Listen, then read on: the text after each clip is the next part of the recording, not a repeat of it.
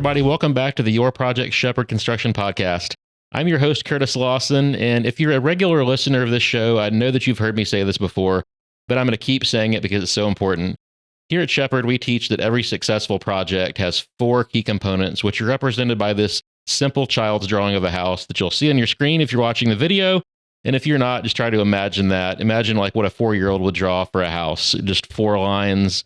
The floor, the bottom line, the foundation is proper planning. The left wall is your team. The right wall is communication. And the roof, protecting it all, is proper execution. Have all 4 of those components and your project will succeed. Take one away and it's all going to fall down. So this is our 2nd season of the Your Project Shepherd podcast, and we're making each season about 16 episodes long, which is about 2 months based on our current release schedule, which is twice a week on Tuesdays and Fridays. This new season, we're going to be talking about what does it cost? And I'll be discussing all those things that people ask architects and builders when they first call to talk about a project. And with me today to talk about what does it cost for custom homes is my friend Franco Albarran of Albarran Architecture and Construction. Franco is a licensed architect here in Houston, and he's also a neighbor of mine. Franco, welcome to the show. Thanks for having me on the show. Really appreciate it. Looking forward to it. Why don't you give us all a quick rundown of what you guys do and tell us about yourself and how you work? Sure. So I'm a licensed architect. My name is Franco Albarran. We've been in business about 19 years. We spent the first half of that strictly doing architectural design work for our clients' custom homes. We did a little bit of commercial work in the beginning. We've kind of phased that out, and we strictly focus on custom homes, remodelings, additions, anything that's really unique and a kind of a one-off project. About 9 years ago, we added a component of building as well. And our process is what we call architect-led design build. So the architect, myself, who designs your project, is actually building your project as well. And that way, we found that it was much more beneficial, and there's a lot of value in that the architect who designed it understands the details, the drawings, the components, can interact with the subcontractors, and can make changes and decisions with you in the field quickly and more efficiently. Yeah. So it's like our concept of building your team early, except it's just fewer team members. You're kind of getting your architect and your builder all in one. Absolutely. But we also like to partner with other builders and other contractors because we do about 12 projects a year, and we end up building about 3 of those ourselves. So the rest of the work is referred out. And a lot of times builders bring in their clients, and it's very clear that we're also builders, but we're not going to be building their job.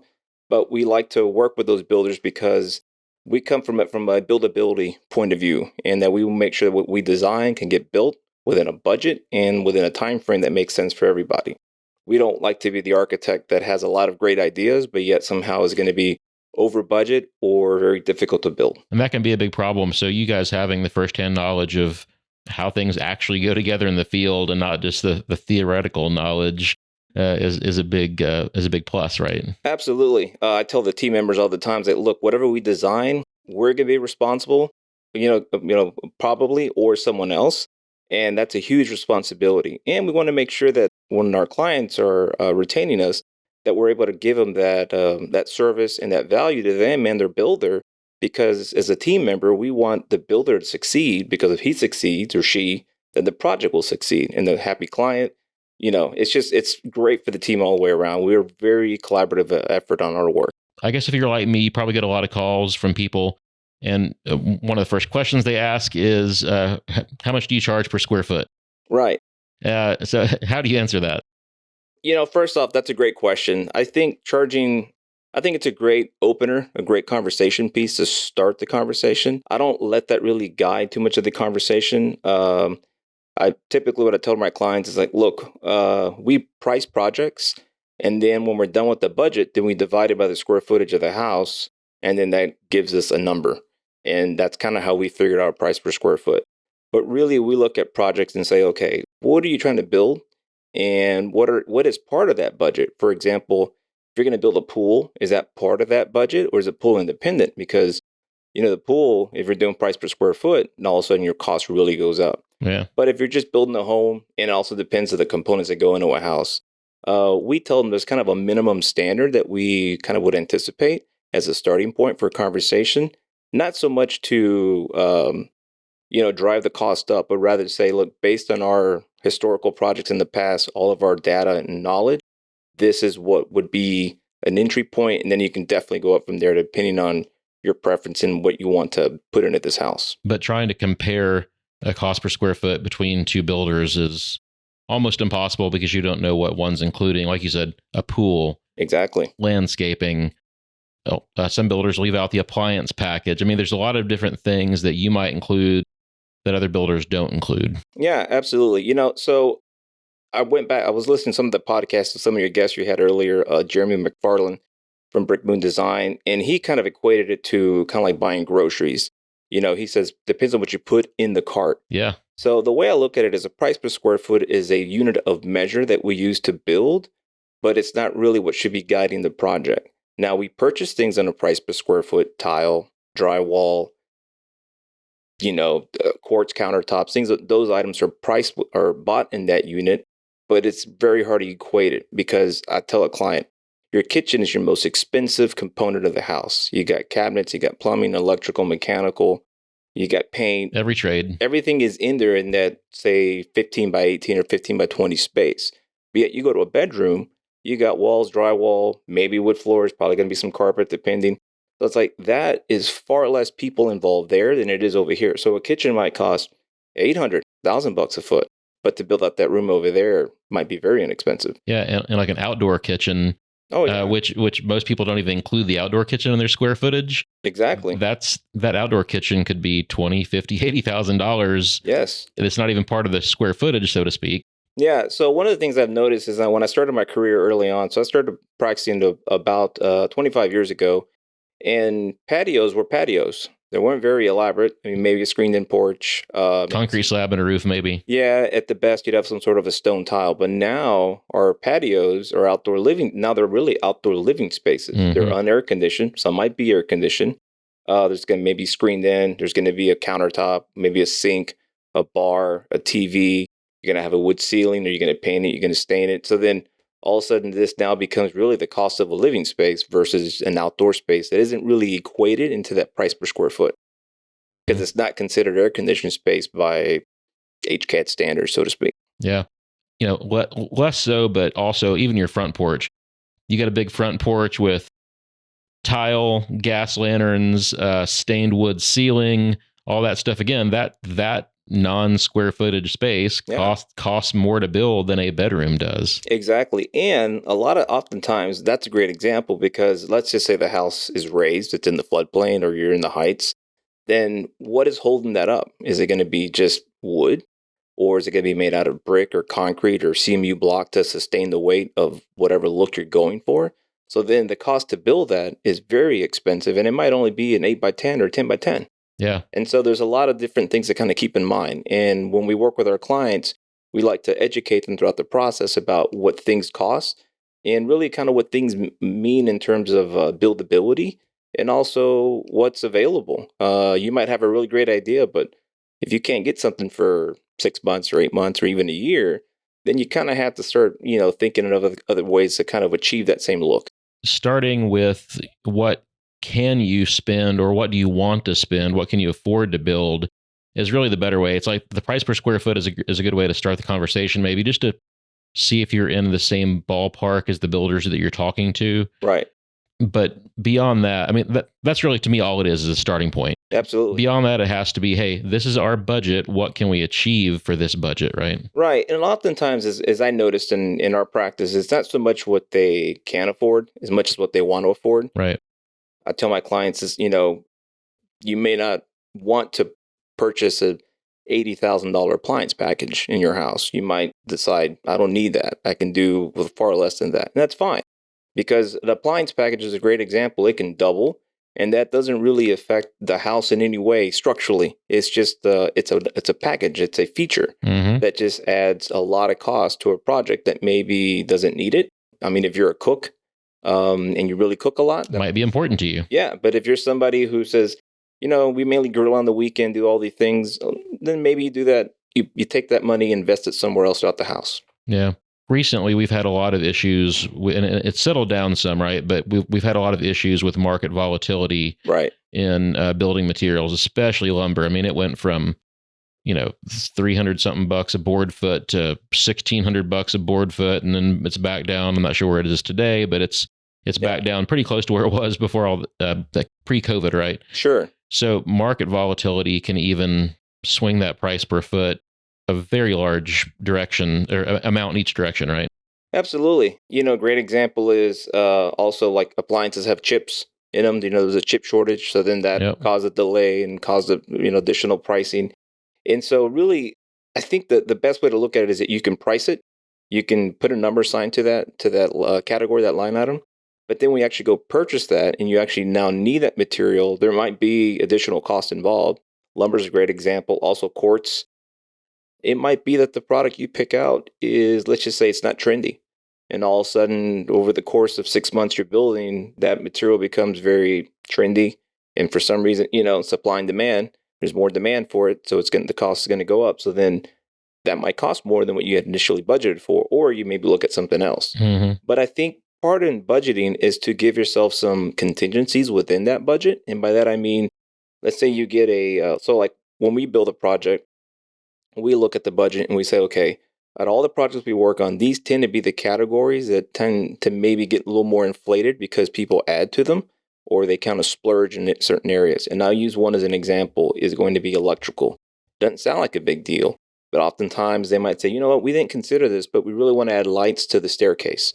Okay, so now we're adding lighting in there. So we might need another, does that going to be on a dedicated circuit? What kind of lights are going to be? Now we have to cut that light within the trim. So then there's some labor costs there.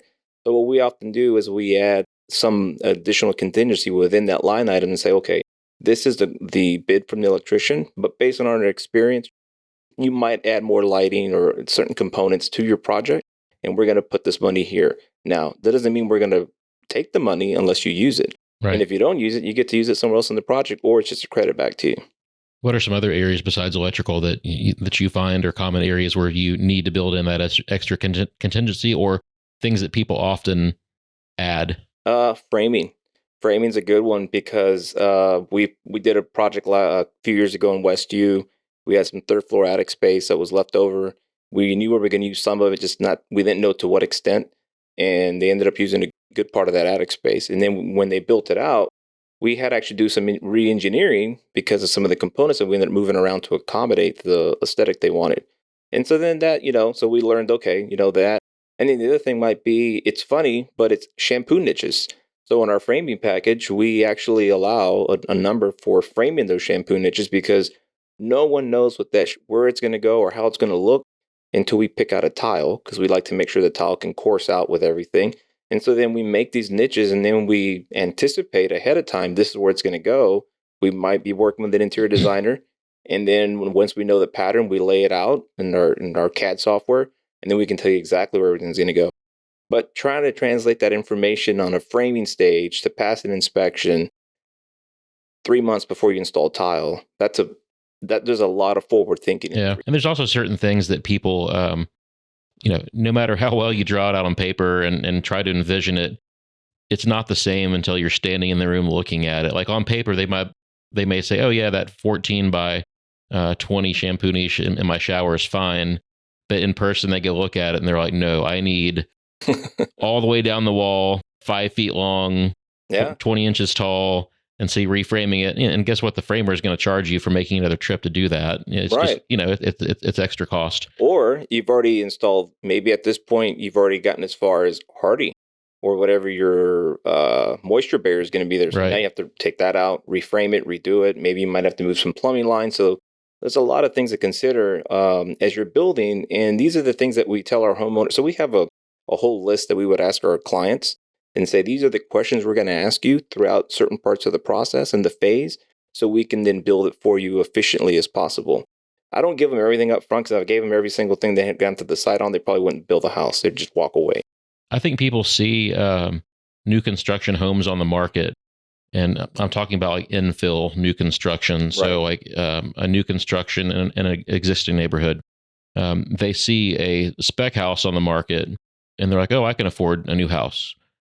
And then they talk to us about building a custom home, and they're like, well, how can it be so much more for a custom home? The spec house is on the market over here for for this price, right? Right. So what are those differences between a spec house and a production? Sorry, not production. A spec house and a custom home. What's the difference there? Why is it so much more to build a custom home? It boils down to quality, and I'm not going to say quality is going to be, really bad or terrible on a spec house. There's a kind of a basic quality one would expect. But let's take lumber for example. So if you're framing a custom home, typically custom builders, as you and I, are going to want to use framing material like Doug fir. So something that's going to be much more. It's going to be better. It can weather better. It's going to get wet, and so something that dries out. Maybe one's not going to warp or shrink and swell a lot. Something that's more dimensionally stable. Mm-hmm. So that would say that's Doug fir. And then you might even do some other. Let's just say they've got a 12-foot tall wall. And I know you and I had this discussion on one of your projects where you were investigating, I think, some LVL studs. Yeah. So you really have that nice dimensionally stable lumber. Yeah. A straight wall on a tall ceiling. Because when you start taping and floating that on drywall, you're going to see the waves and the oil canning. So in a spec house, they might do all that at a southern yellow pine, which is fine. It's perfectly acceptable. Engineers will accept it. But, if it gets wet, it tends to warp, tends to shrink, tends to swell. And the framers don't like it because it's kind of brittle. So it'll kind of snap a little bit easier. And it's fine. But over time, you might, if it gets wet a few times and dry within that process, when you start to hang drywalls, and you're going to have a little bit of, wavy walls, and depends on how, if you're going to texture it, have a little bit of texture, it's fine. But if you want that nice smooth wall, you almost have to go to a better wood framing product. And that's one example that drives costs. Yeah. Or some spec builders might even use like a number 3 grade lumber. Yeah. Which is going to give some really wonky walls. Yeah. And we use that for just like bracing, The other thing that I think drives costs within a spec house would be, let's just take kitchen cabinet hardware or cabinet hardware. Undermount glides. If you do the nice undermount KV glides or anything like that, Blum, those are going to be very expensive. I'll say probably your gold standard. Yeah, $25 a pair. Yeah, and then if you have let's say you have 100 of those, and just do the math, it adds up really quick. Yeah. Versus the regular slides or glides that are very basic, maybe they're $1, $2 a pair. Right. And so then there's a huge savings that you don't even see. And it's also how you build the cabinet. Is it a frameless cabinet? Is it going to be kind of what they call lip mold cabinets, so they're built in the field out of trim? So there's many ways that, and then as we educate our clients to understand that, we say, look, these things are not wrong. There's nothing wrong with these at all. But this is an option if you want to go that route. But if you want this look, based on the photograph you're showing me in that image on Pinterest or Houzz, this is kind of that level of detail. And on the building performance side of things, the spec house is probably not going to be built with, like a zip system sheathing and spray foam insulation. And they're not going to go through kind of the same energy rating and testing that we might do on a custom home. It's hey, we're going to use the cheapest materials to get this thing done as fast and cheap as possible. Because that's the name of the game in investment real estate is get it done fast and cheap and maximize profits. Because usually there's an investor who wants to make a return. Absolutely. And that builder wants to make money too. So yeah, and they have to take into account length of the time on the market, how long it's going to be on there. They probably have an interest payment. And then the other thing, aside from materials, might be the quality of the subcontractors that is going to really drive that cost. So I go back to framing again, because we've used that example. The framer who's going to build a spec house, the way he's going to frame it and build it is going to be different than the framer who does a custom home. But the labor costs are going to be very different. But it depends again on what, there's a whole level of service that goes with it. Because the framer for a spec house, he's just going to show up, frame, and move on. Versus a custom guy, he's going to ask you questions. He's going to say, hey, I noticed a few little things here. Can we work these out ahead of time so I don't have to rebuild this component twice or 3 times? And so that's the kind of, it's a whole mindset about building a custom home, not just your architect or your builder, but your whole team, all the way down your subcontractors. It's how they approach building to be efficient as well. Just one last comparison there. Talk about what the difference is between even that and a production home. You go from a spec house infill to a production setting. What are those differences even like in price? Yeah. Or what do you get for that price difference? Well, I'll put it this way. My lumber supplier, he only does a custom side, but he's got some production side as well. And he jokingly said, he's like, the custom guys, when you guys get your lumber delivery, he's like, you guys are checking everything to make sure everything is, perfect what you were looking for. And you'll send some things back because maybe they don't meet your expectation or your framers. He's like, production, they're happy they got lumber. So I think that it sets the tone. And a lot of times those project managers might be managing 30 or 50 homes at one time. Yeah. So what level of detail can they pay attention to? There's a lot of autonomy with the subcontractors there versus a custom home. There's not a lot of autonomy. There is some to the subcontractor because you need them to do their job and you don't want to get in their way. But there's also a lot of back and forth and communication of what are you seeing? How do you feel? How's this looking? Do you have any concerns? So it's a whole different mindset. And those guys are also buying in bulk. I mean, they're buying Absolutely. the same tile, probably by the multiple container load. Yeah. The roofing material, everything. They're buying that stuff in this huge economy of scale. And they're building that same floor plan over and over. They may have 5 floor plans. Yeah. And they're building the same floor plan. The subcontractors give them a massive price break because they can build those in their sleep. Yeah, absolutely. I mean, I had a friend that used to work at I don't think he was an architect. He was a designer. He worked in his office in putting together these plans. And they knew exactly how many sheets of plywood they would use per project. And if they ended up using 1 or 2 more sheets per job, they would ask questions like, why are you using more? And it doesn't seem like a lot, but let's just say plywood was, I don't know, $10 then, $9. And then you add that over 300 homes a year, that eats into the production builder's profit. Especially when those prices are up to $60 a sheet for the same plywood, right? Yeah, but they're, like you said, economy of scale. They can pre-purchase. They say, hey, I know I've already committed to 300 houses this year. I can buy all that lumber now, and I can store it in a warehouse. I can do what I need to do with it, protect it, and then use it when I need it. I mean, I think that the differences are, they are the economy of scale, but I think, like you said at the beginning of this, the quality and what they're putting into it is the biggest difference, or one of the biggest differences. If you have a production home builder, or even kind of like a larger spec home builder who's trying to slide into the custom market, kind Right. of the build on your lot custom market. Yeah, I see a lot of those, especially in our neighborhood. They're bringing that same production quality level to a custom home. Right. And I think that also skews people's view on what they should be able to get, because they're like, oh, well, I can't say any names on here, but I talked to such and such builder. They had this build on your lot program, and they Right. told me that they can build this house in this neighborhood for $150 a foot. Yeah. And I would say sometimes they can, and sometimes they can't.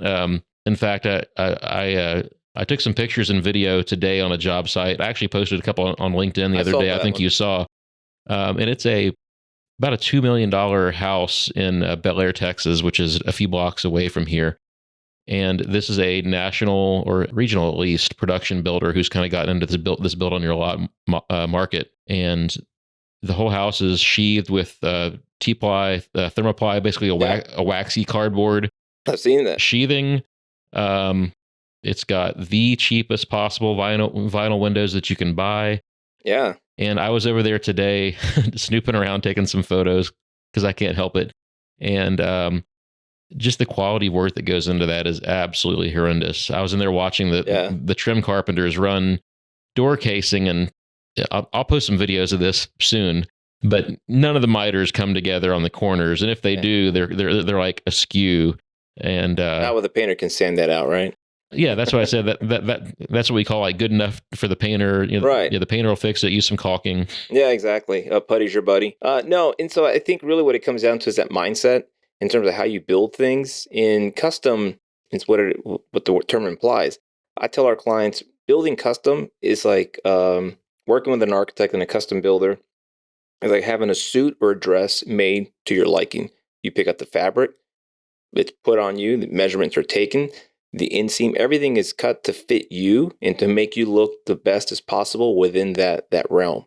And that's exactly what building a custom home is, and working with an architect or builder that's going to care about those details, because it's also their reputation. They're known for producing quality work, independent of style. And so if it's something that they also want to be proud of the work, but it's also a team effort that in how you build, it's really more of a mindset and how you get there than it is. And quality is very important. But I can have the best quality subcontractor, but if the mindset isn't there, we're not going to be able to get to that part. I also like to say you're building a prototype. And so this is the first time this house has ever been designed. It's the first time this house has ever been built. So we are figuring things out on the fly. Yeah. If I build this exact same house again next month, I can do it cheaper. Right. Probably because now we've worked out all the bugs. Yeah. We don't have to allow as much contingency because we know what it's going to be. Yeah. Right. But no, we're going to build this thing one time. It's a one-off prototype. If you go to any company that does design on any kind of product, the prototype's always going to cost more. Exactly. You know, and I'm glad you said that because so I think when the homeowner's selecting a builder in this regard is, it's a one-off prototype. But what you should be interviewing that builder on, aside from quality, is their process. How does their process allow for that one-off prototype to give you the best result in the end? And I think that's one of the things that we overlook. And that price per square foot, when people want to go to when they think about cost, it's kind of a run to the bottom. And you're going to get a builder, in my opinion, whose process can't deliver that product in the end. And it's not his fault because he maybe doesn't have the team, doesn't have the experience, and he just doesn't know or she doesn't know how to achieve this. But if you go to a quality builder who's got a very good process, they can be able to produce that for you, and your expectation is going to be met 100%.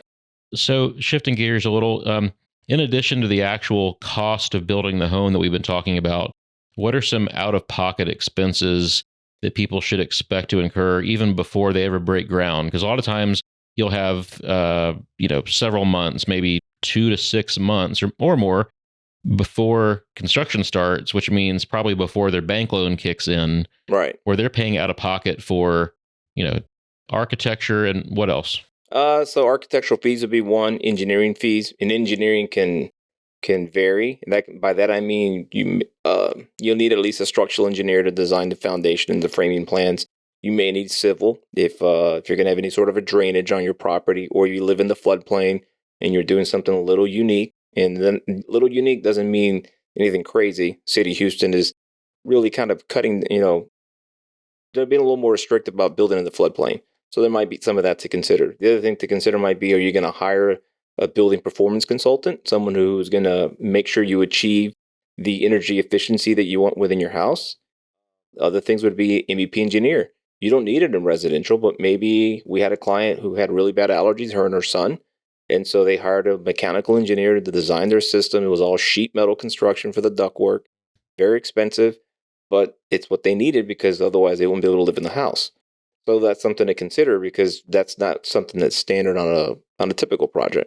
Other thing, be interior designer. Is that something that's going to be? And at what point do you bring in the interior designer?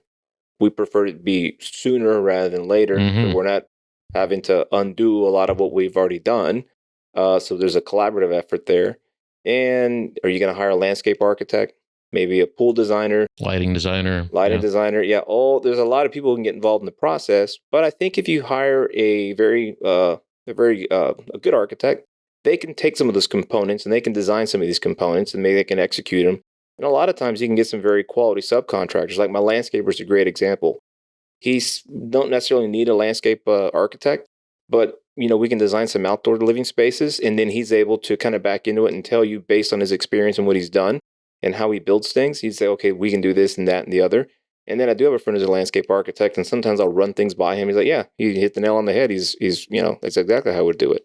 So there's some of that, you can bring in as many consultants as you want. We've worked on projects where we're doing gyms, and they bring in a gym consultant, someone who's going to just strictly do that. Maybe someone's going to lay out your kitchen, a kitchen designer, bathroom. So there's a lot to consider, or you don't have to make it that complicated and just kind of pick your team: architect, builder, interior designer.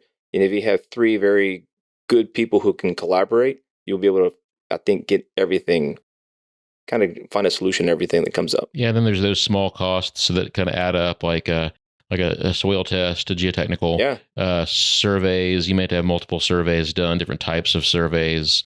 Yeah, I mean, a good one is I tell my clients now is that if your survey is older than 5 years, get a new one and get a topographic survey. So it gives you the elevation points on your lot, and go ahead and do an elevation certificate. Even though you don't need it, we're seeing that the city of Houston is kind of requiring that more. So while they're doing the survey, it's very inexpensive to provide that with. Sure. So otherwise, for the surveyor to come back just to do that, is much more expensive. Yeah. So at a bare minimum, you're looking at your architectural engineering, Right. Surveying and soil testing. Those four components are kind of like your bare minimum. Sure. And then it's adding on from there. So, I mean, I usually tell people to expect, between their architectural fees, engineering fees, and kind of those core components, you should probably expect, obviously depending on the architect, right? Because architectural fees can range widely too. But I tell people, hey, plan on 30 to 70 or maybe even 80,000 for all of those components out of pocket, right? At a minimum. And it may be, if you add in those other consultants we talked about, that may be $100,000 that you have out of pocket on a custom home. Yeah, depending on the size of the custom home, and also depending on the level of service your architect's going to provide. Sure. And by that I mean, is it just design plans and some city plans, so kind of the bare minimum to get you a permit, and then your builder, someone like you, is going to have to figure out a lot of details. So that's, as an architect, we don't like to do that. We'd rather give the builder a proper set of drawings with enough detail to actually understand the project and how it works. So, but that's also, it's fee driven. So provide more detail, obviously greater fee. More time. Yeah. And then is your architect going to be involved during construction? If they are, more than likely it's on an hourly basis. There's going to be not a minimum, but I would say you would budget so much a month. Where are those funds going to come from? Is it going to come from the loan, or is it going to come from out of pocket? And the interior designer, depending on how their fees are structured, whether they're purchasing items and selling them to you, or they're just billing you for an hourly basis. There's a lot of other, there's a whole nother podcast just on that, I think. Yeah. I guess to wrap this up, can you really effectively answer the question, what does it cost to build a custom home?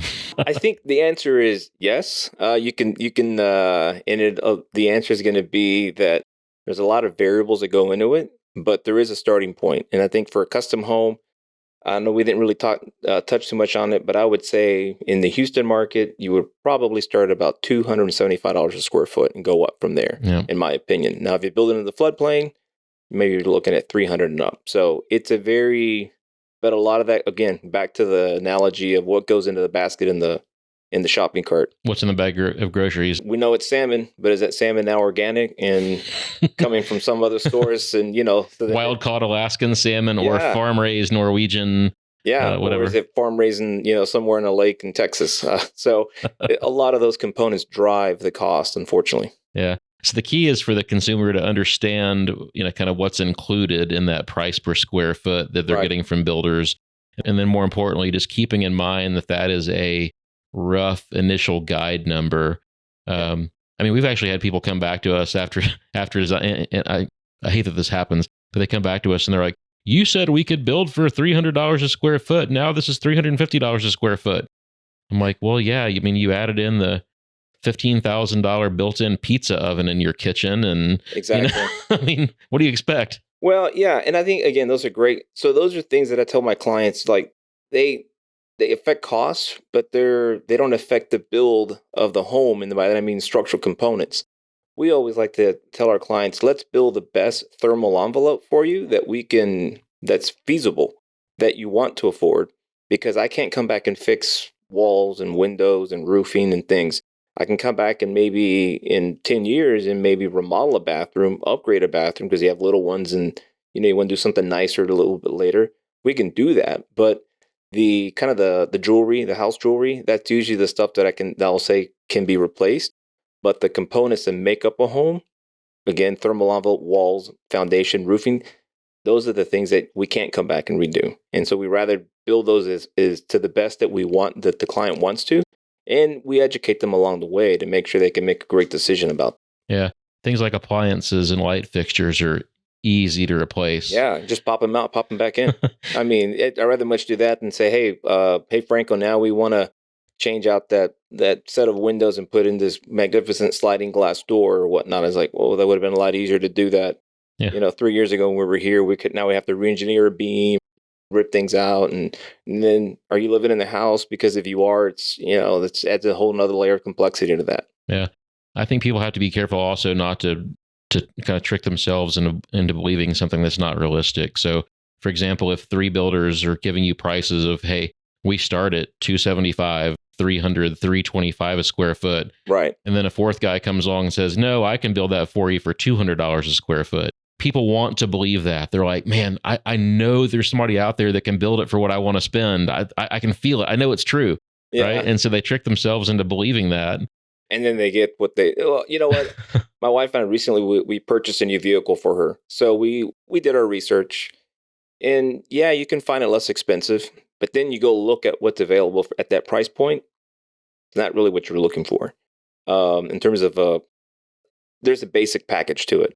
But it depends on the amenities you want inside of it. And so then that unfortunately costs money.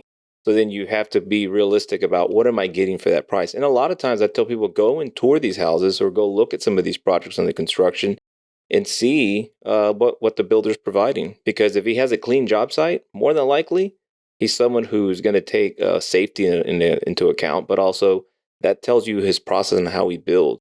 Because it's like you take more pride in the work that you're doing. If you go, I've seen a lot of houses where I drive by and there's stuff, there's junk everywhere.